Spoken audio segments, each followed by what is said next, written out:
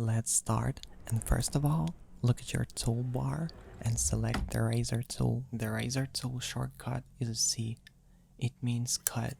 That way you can easily remember. So press C to select your razor tool and cut that part of video that you want.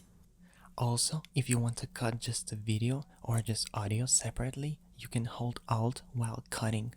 If you want to cut multiple clips together, you need to hold Shift while cutting, and then you can cut through all your clips that on the timeline. Another way to cut your clips is by pressing Ctrl plus key on your keyboard, and you can also cut multiple clips by pressing Ctrl Shift plus key.